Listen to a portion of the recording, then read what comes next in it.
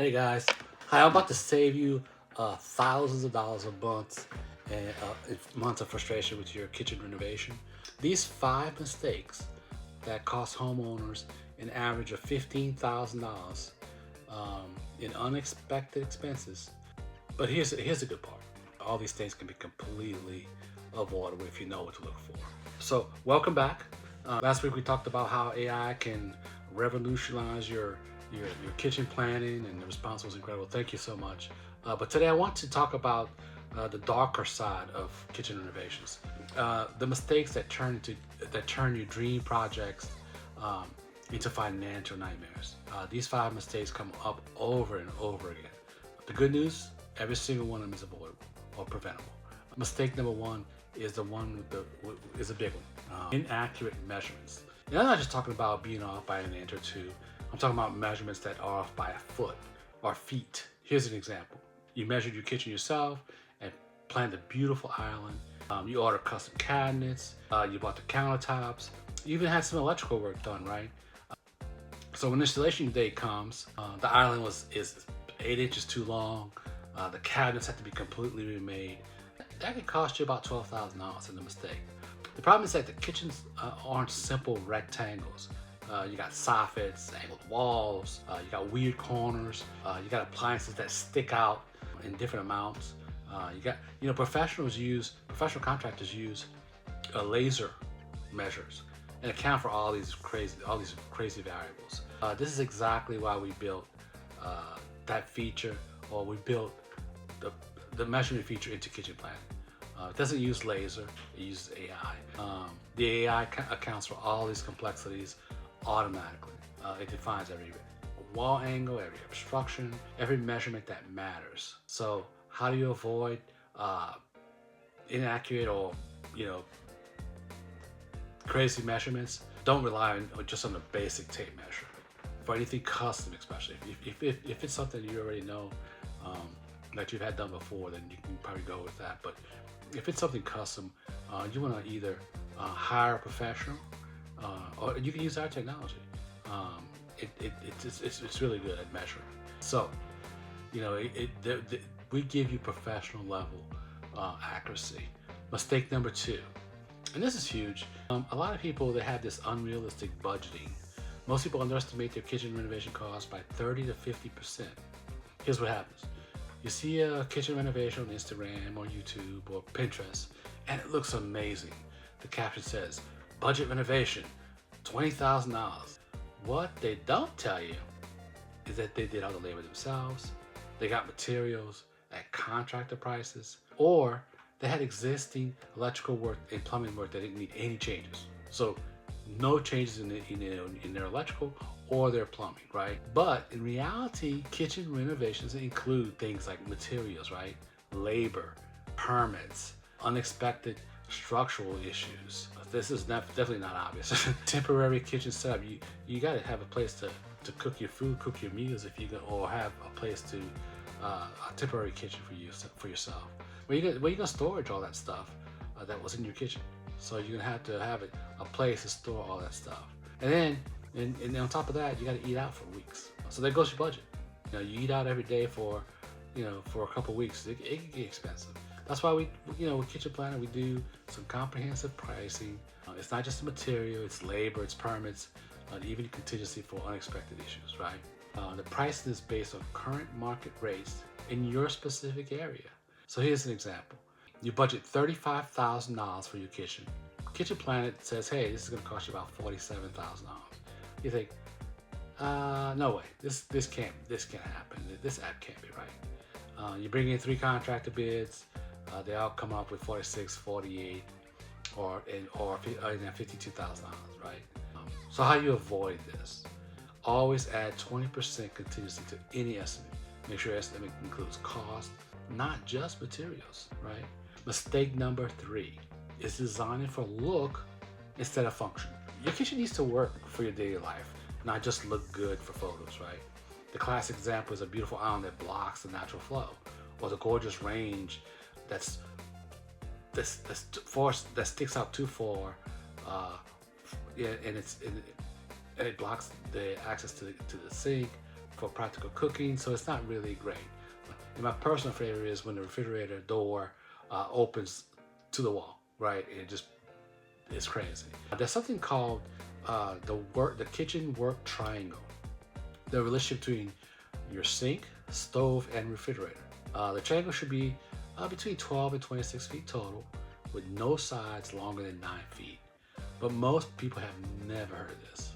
So how do you avoid this? Always consider how you actually use your kitchen. Cook a few meals in your current space. Note what frustrates you, right? Use your current setup to know what's annoying you about your kitchen, what's annoying you about your current kitchen.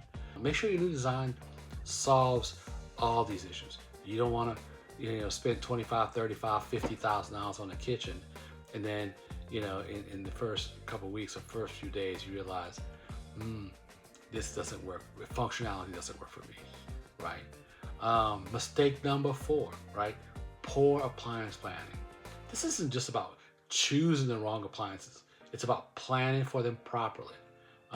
Common appliance mistakes, right? Not enough electricity capacity. Hello, you're gonna need an electrical panel upgrade. Very expensive. You're not meeting ventilation requirements, so now you need a bigger fan, right? You have clearance issues. The door hits the refrigerator door hits up against the counter or the wall. Inconsistent sizing. You don't want your dishwasher to be 2 inches taller than what you measured out for your cabinets. So you want to make sure it's consistent to what you have, right? So how do you avoid this? Well, choose your appliances first, then design the cabinets around them. And always check for clearances for doors, drawers, and ventilation. Very important. Mistake number 5, the last one. Okay, poor contractor selection and communication. This might be your most expensive mistake of all. You look out for some red flags. So some of the red flags you want to people ignore. They always go by the lowest bid. The lowest bid sometimes means because the bid is not complete. There's some things missing that was missed. That's usually what happens, and then you find out later on. Well, it's going to cost you another $5,000. Okay.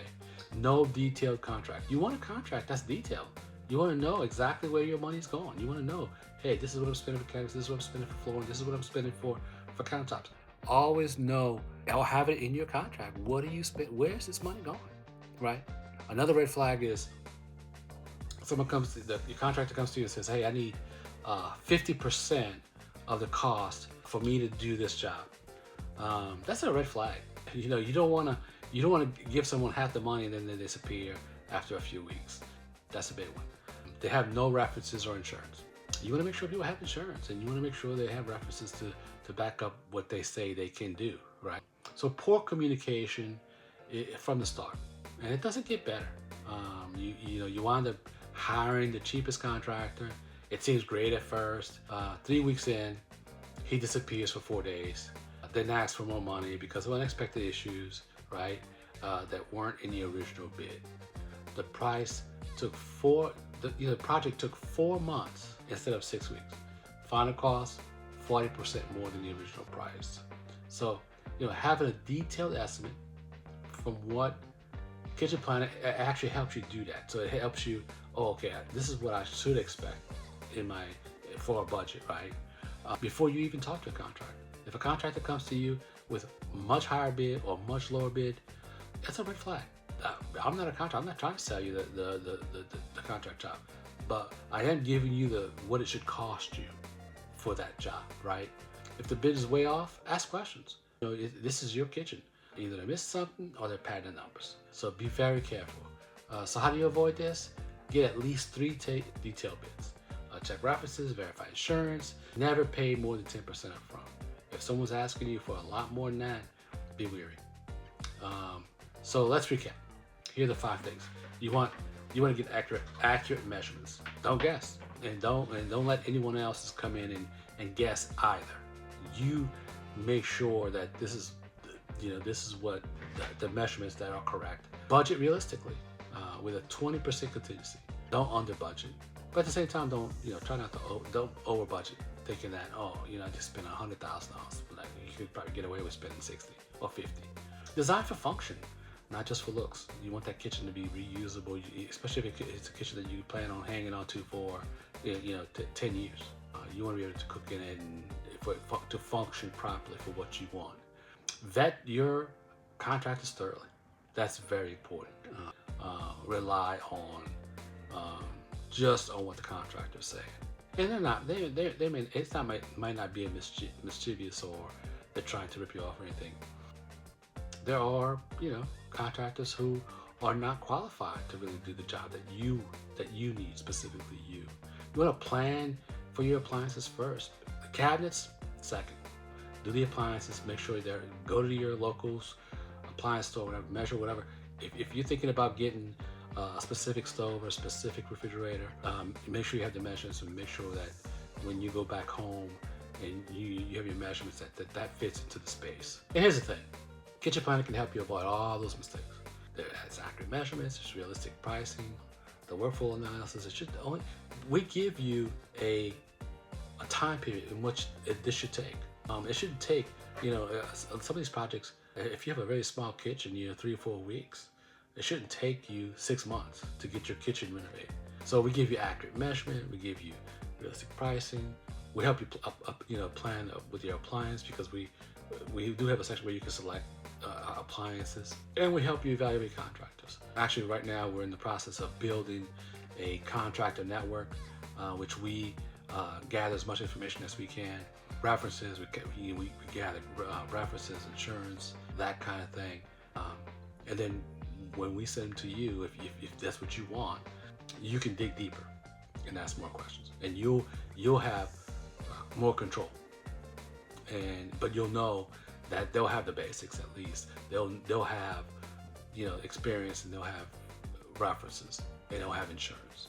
If you go over to if you're at all interested in this, go to kitchenplan.net, download our app, try it out, tell us what you think. It'll get you started with pretty accurate information. If you like what we talked about, if you want more information about kitchen remodels or renovations, every week I'm going to be here. I'm going to be here doing these types of presentations, and then you can leave your questions below. If I can answer them, I'll answer them. If you think of anything that you want that specifically ties to kitchen renovation, ask. If you think that you want to know if you are interested in the topic in kitchen renovation, let me know. I'd love to do some research and help you guys out as much as I can. So click that subscribe button. Let me know what you think. Let me know. Hey, have you made any of these mistakes? Let me know. I'm curious. I know these are popular mistakes. But let me know. Let me know if it cost you more money than what you expected, or cost you less money. Maybe you thought I was going to spend $60,000 and it came up to $40,000. All right, love to hear from you. Anyway, thank you so much. I will see you next week, and you guys have a great week. Thank you. Bye-bye.